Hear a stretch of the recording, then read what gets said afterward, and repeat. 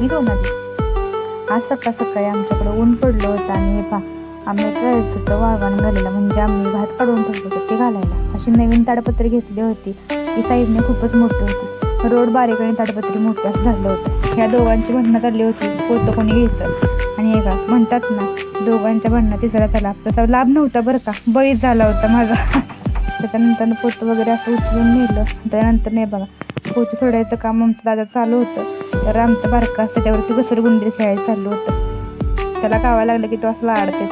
त्यानंतर दादाने पोती सोडली आणि वहिनी अशा भात पसरत होता. त्याच्यानंतर म्हटलं हे बघ, मी काहीच काम करत नाही असं ते बघायला नको, पण हे बघ मी काम करत होते. त्याच्यानंतर आम्ही असा ट्रॅक्टरने JCB घेतला आणि ट्रॅक्टरनं भात भरत होतो.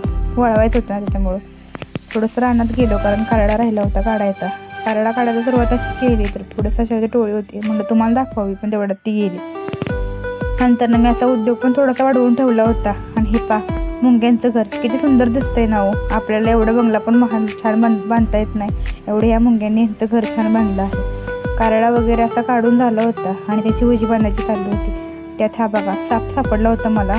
तो मेलेला साप होता, पण बघा त्याचा जबडा तसाच होता. म्हणून तुम्हाला काहीतरी युनिक दाखवावं म्हणून बघा हा साप शक्यतो विषारीच होता असं पप्पा म्हणत होते. त्याच्यानंतर ह्या अशी वजी बांधायची चालली होती आणि पण ह्या दोघांची भांडणाची चालली होती.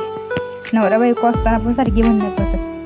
त्यानंतर थोडंसं फिरायला म्हणून आम्ही तिघंजण बाहेर गेलो आणि फिरून आलो. तर हे बघ रोडवरती ना अशी पिशवी घेऊन मी निघाली होती चिकन आणायला. आणि त्याच्यानंतर बघा आमची टोपी अशी उडून जात होती बरं का, म्हणून असं आमचं बळ पिल्लू धरून बसलं होतं.